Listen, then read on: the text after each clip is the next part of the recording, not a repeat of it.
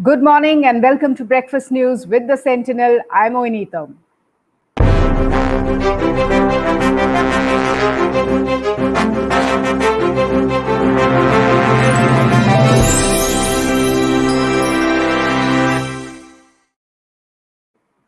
And let me run you through the top headlines in today morning's The Sentinel. Exactly a year ago, as per directive of the Supreme Court of India, the people of Assam got the final National Register of Citizens, or NRC, an updated version of the 1951 NRC after 34 years of signing the historic Assam Accord. In the process, while 3.11 crore people were found eligible for inclusion, 19.06 lakh were found ineligible for inclusion in the register. Altogether, 3.30 crore people through 68.37 lakh applications had applied for inclusion of their names in the updated NRC. But the gigantic NRC process that involved mammoth manpower and crores of money to detect illegal Bangladeshis living in the state has not moved forward much during the last 1 year. There has been a lot of issues. The entire NRC process was mired in controversy, including Pratik Hajela, the chief who was appointed by the Supreme Court. He was later on shunted out, and the process is now in a limbo. Of course, the COVID situation also has delayed, or rather put the entire process on hold. Now, more than 19 lakh applicants who were left out of the final NRC have not been able to file appeals, as they are yet to get the rejection slips from the office of the state NRC coordinator. Now, like I mentioned, the coordinator earlier was Pratik Hajela. Then a lot of charges were leveled against him, and now the entire process is on hold. Now, these rejection slips, which will mention the reasons for exclusion of an applicant's name, are required for those left out of the NRC process to file appeals in the Foreigners Tribunals, a quasi-judicial body that decides the fate of those declared as suspected illegal foreigners. So that is something very, very significant for the state of Assam. This entire NRC process holds a lot of significance for the state of Assam, and everybody now hoping that the process starts before it is too late. Of course, the Foreigners Tribunals issue is another issue there, and the lawyers have been demanding a lot of stuff there, because that there too, a lot of inaction in the past few months. So the entire process stalled as of now, and it's been a year of the entire NRC exercise. Now, yesterday, Prime Minister Narendra Modi had his Mann Ki Baat session, the radio session that he holds every month. And here is what he mentioned: in the quest for the next Google, Facebook, and Twitter coming from India, Prime Minister Narendra Modi on Sunday talked about several homegrown apps which were recently awarded top prizes in the Atmanirbhar Bharat App Innovation Challenge.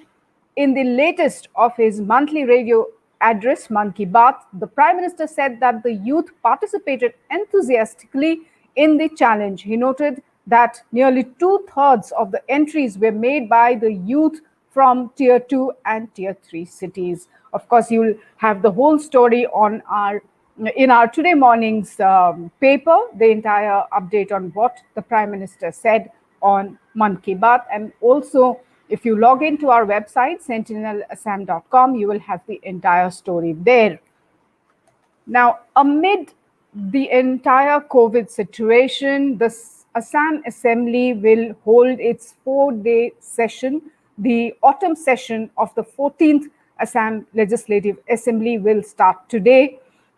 Security, of course, has been beefed up there. Those pictures there showing how the assembly complex has been sanitized amid the COVID scare. Of course, the number of COVID cases in Assam has been increasing. It's already crossed the 1 lakh mark, and as of Yesterday, the number of cases in the state stands at 1,05,774. We'll, of course, update you on the COVID situation, but first about the Assam Assembly session that begins today. It's a 4-day autumn session of the 14th Assam Assembly. And here is how the Assembly session is going to take place. For the first time, only 50% of the MLAs will physically attend each day's session. The other 50% will follow the session from the respective legislature parties' offices. Now, this is, of course, in keeping with the COVID protocol so that proper social distancing is maintained. This attendance rule will be followed on a rotation basis among the legislators. The leader of each legislature party will determine the time as to when the party MLAs will attend the sessions. Meanwhile, officers will be allowed only if discussions of their departments are slated. So, of course, many of the other states are holding their assembly sessions out in the open, but as far as the Assam Assembly is concerned, it will be held inside the assembly premises, but only 50% physically attending, while the rest will be joining online from their respective legislature party offices. And of course, all COVID protocol will be followed during the 4-day session. We will keep bringing you all the latest updates from the assembly session that starts today. Now, moving on to the COVID situation in Assam.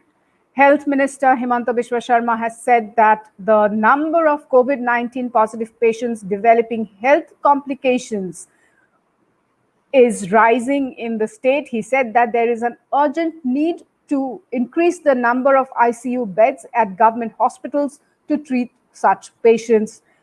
This he said after inaugurating a special pediatrics unit, that's a childcare unit, at the Mahendra Mohan Chaudhary Hospital at Pan Bazar in Guwahati to treat children infected with COVID-19.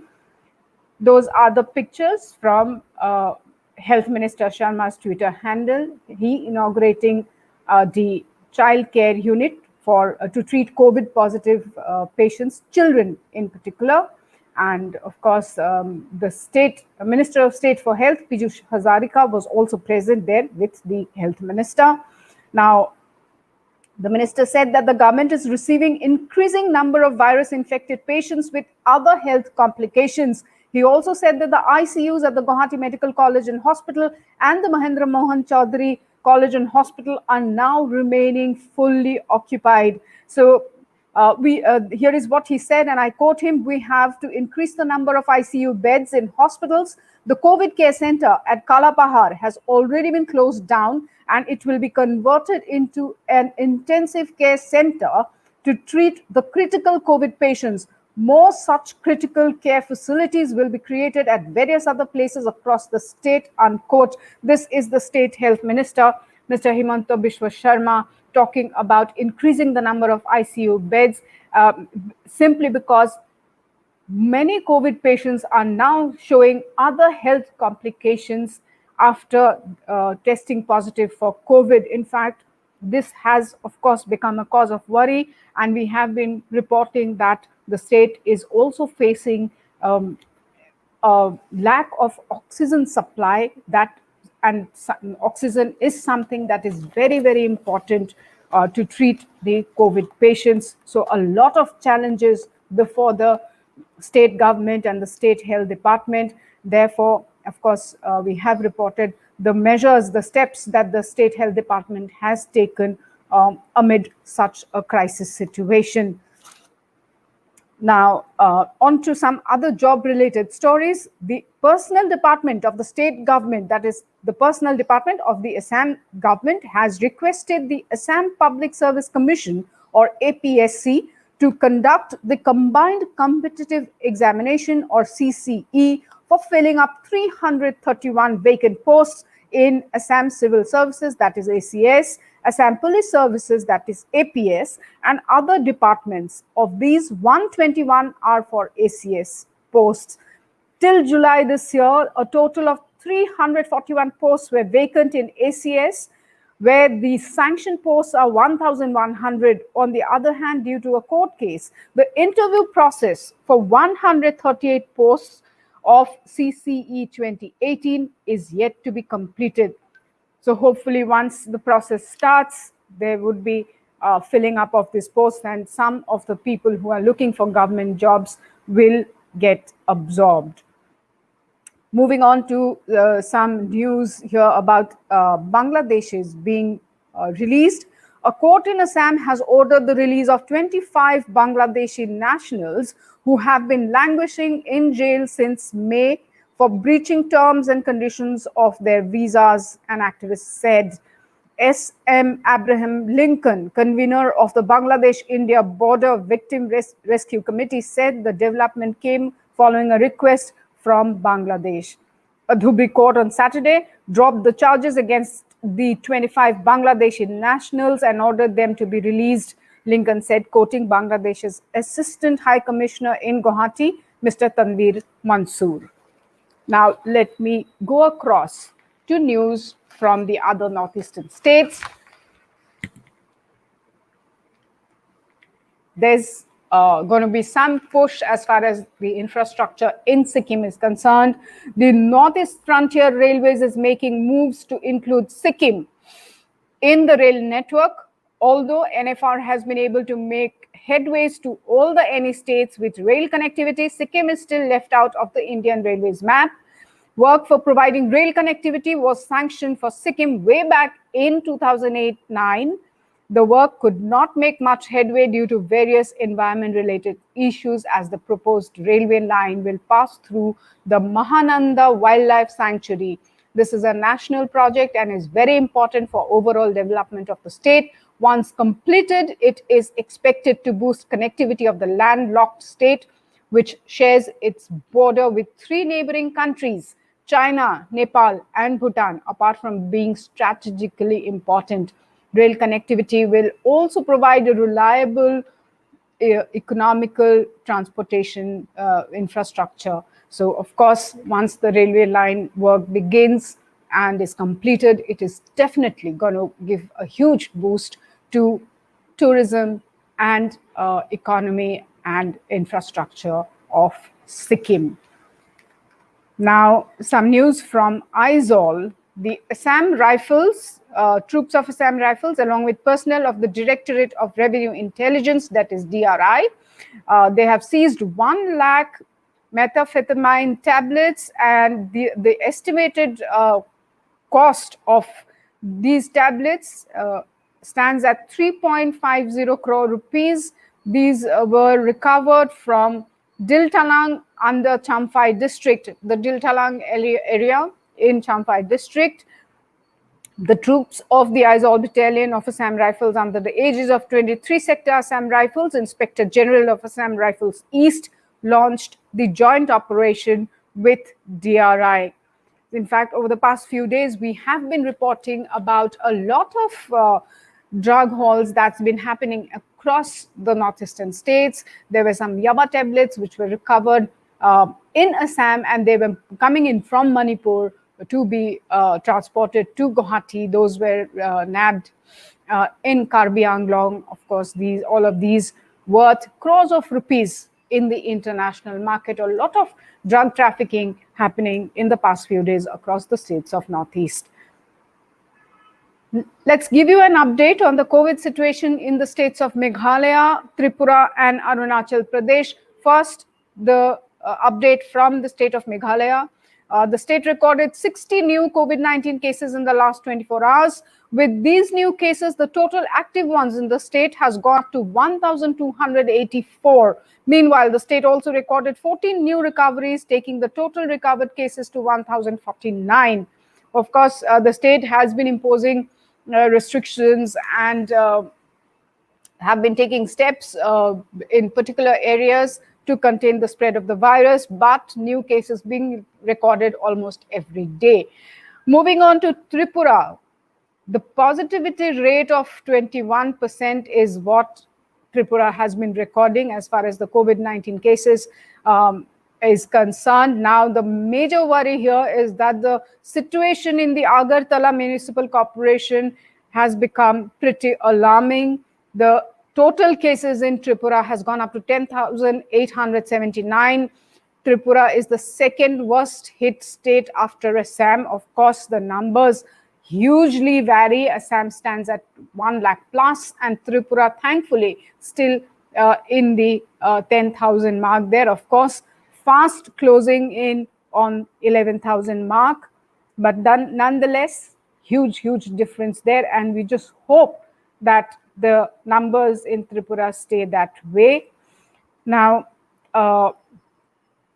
96 deaths have been reported in Tripura. Tripura's mortality rate much higher than that of Assam. In Tripura, it stands at 0.88% against Assam's 0.28%. These are data as on Saturday night.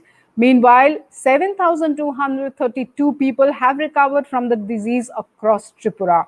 3,529 is the number of active cases. But viewers, these are data as on Saturday night. Moving on to Arunachal Pradesh, 132 new cases reported. The number of recovered patients stands at 2,754. Death toll has gone up to 7. And the total caseload in the state of Arunachal Pradesh, as far as COVID-19 cases are concerned, stands at 3,877. Now, staying on with news from Arunachal Pradesh, the Arunachal Pradesh Physical Education Association has said that the state government should immediately conduct interviews for filling up 30 sanctioned posts of physical education teachers pending in the Department of Secondary Education through the State Staff Selection Board or the State Public Service Commission. Addressing the media at the press club in Itanagar, APPEA General Secretary Thomas Ehring said that although around 120 posts for PET are vacant in the entire district, yet the government has not yet conducted any recruitment process to fill up these posts. So a demand there coming in to fill the posts of physical educational teachers in the state of Arunachal Pradesh. So, and finally, moving back to news from Mizoram, 3 successive moderate intensity earthquakes measuring 3.6 to 5.3 on the Richter scale hit eastern Mizoram's Champhai district within an hour on Thursday evening. Now, Mizoram is one of the northeastern states who has been experiencing moderate intensity earthquakes since end of June and throughout July. And even this month, we have reported a lot of earthquakes from Mizoram in particular. Yes, of course, other states of the Northeast, including Assam, Meghalaya, Manipur, they also have been experiencing earthquakes. And that's all that I have at this point of time. And that's all that we have from today morning's The Sentinel. News and updates continue. Please log in to our website, sentinelassam.com, to keep yourself updated with the latest that's been happening in the state of Assam, the whole of Northeast, the nation, and the world. Follow us on Instagram, Twitter, Facebook, and YouTube. We will keep you updated with all the latest news and stories from across the state and the region. And please, viewers, do find our news videos also on Facebook and YouTube. Thank you so much for joining me this morning. Till we meet again, take care, stay safe, goodbye.